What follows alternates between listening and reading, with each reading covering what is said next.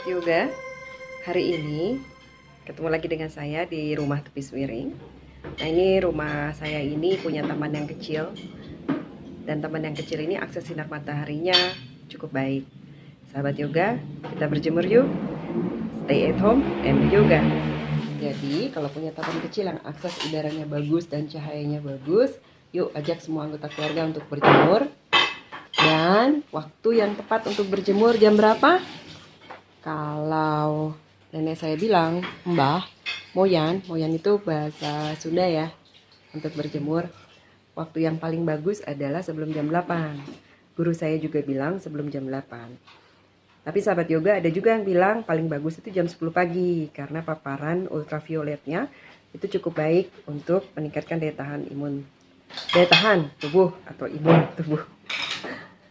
Sahabat yoga, nah, kalau punya taman kecil, yuk silahkan gelar matrasnya.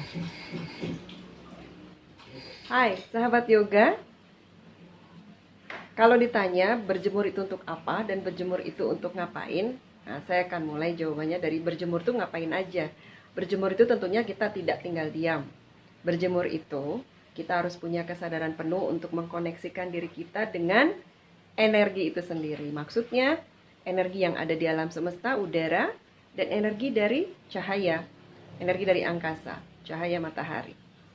Sahabat yoga, energi dari cahaya matahari ini itu mempunyai peranan penting untuk menjaga imun tubuh kita.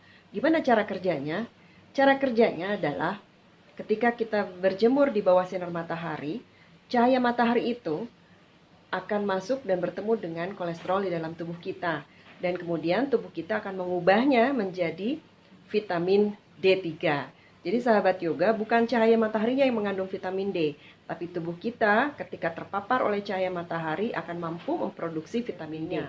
Jadi sahabat yoga, ingat ketika kita berjemur, ingat jamnya. Kalau misalnya sahabat yoga bisa melakukannya sebelum jam 8 pagi, silahkan. Karena kita harus terpapar langsung dengan sinar matahari. Lakukan minimal 15 menit. Kalau kita bisa beryoga, 1 putaran Surya Namaskar, silahkan.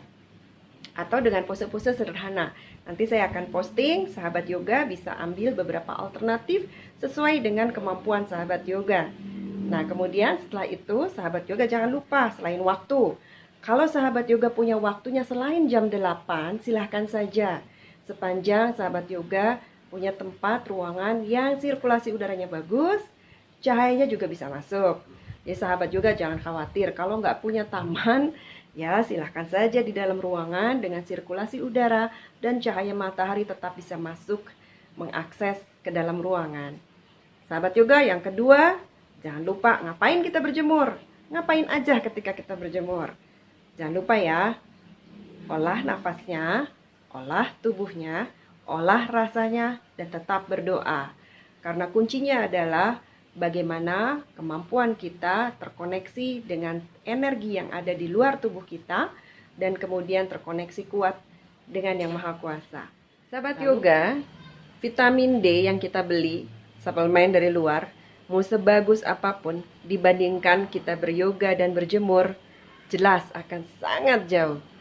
Sahabat yoga nggak ada bandingannya. Jadi lebih baik berjemur dan beryoga.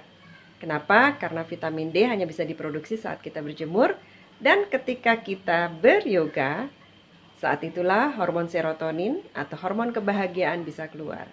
Nah, hormon ini akan banyak fungsinya.